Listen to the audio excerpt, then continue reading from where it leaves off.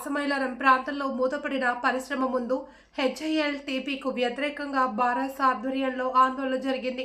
ఈ కార్యక్రమంలో ఎమ్మెల్యేలు చింతా ప్రభాకర్, మాణిక్యరావు, మాజీ మంత్రి గంగుల కమలాకర్, ఎమ్మెల్సీ దేశపతి శ్రీనివాస్, అలాగే ఎర్రోళ్ల శ్రీనివాస్, పటాన్చెరు నియోజకవర్గ ఇన్ఛార్జ్ ఆదర్శ్ రెడ్డి, మెట్టు కుమార్ యాదవ్, గడిల శ్రీకాంత్ గౌడ్, తొంట అంజయ్య, కొలను బాల్ రెడ్డి, సోమిరెడ్డి, మిరాజ్ ఖాన్, మాణిక్ యాదవ్ తదితరులు బీఆర్ఎస్ నాయకులు మరియు స్థానిక నాయకులు పాల్గొన్నారు.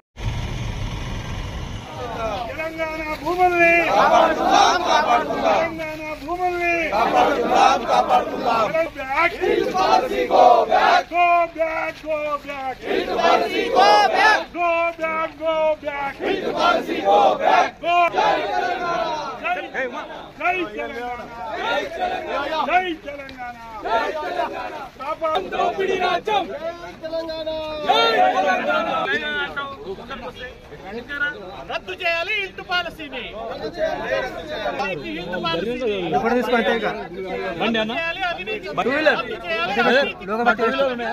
సర్కార్ అవినీతికి వ్యతిరేకంగా ఖండిద్దాం రేవంత్ సర్కార్ అవినీతిని అడ్డుకుందాం రేవంత్ సర్కార్ అవినీతిని ఇంటి పేరిట భూముల పందారమా ఇంటి పేరిట భూముల పందారమా ఇంటి పేరిట ప్రభుత్వ భూముల పందారమా policy go back hit policy hit policy go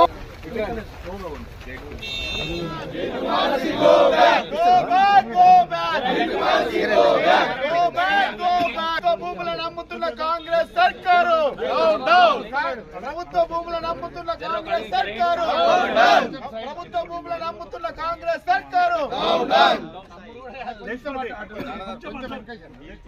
పరిశ్రమల భూముల్ని పప్పు బెల్లాల్లో పంచిపెట్టిన కాంగ్రెస్ అవినీతికి వ్యతిరేకంగా కాంగ్రెస్ కుంభకోణాలకు వ్యతిరేకంగా హిల్ట్ కుంభకోణానికి వ్యతిరేకంగా రేవంత్ హిల్ట్ కుంభకోణానికి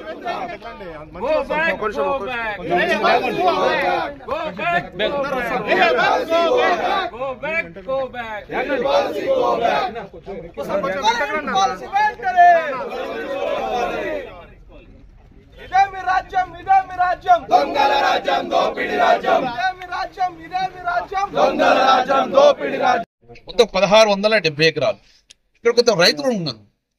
ఈ రైతుల దగ్గర నుంచి అప్పుడు 3500 రూపాయలకు ఇతనే వీరే లగడారం ఫ్యామిలీ నుంచి సుమారు 183 ఎకరాల భూమిని ఆ రోజు ఇండస్ట్రియల్ కోసము తీసుకోవడం జరిగింది. పాషామైలారం ఎంత ఇచ్చిన వారికి 3500 రూపాయలు పర్ ఎకరం తీసుకున్నారు ప్రభుత్వం 3500 రూపాయలు ఎకరం తీసుకొని ఇక్కడ మొత్తం ఇండస్ట్రీ తయారు చేసుకున్నారు.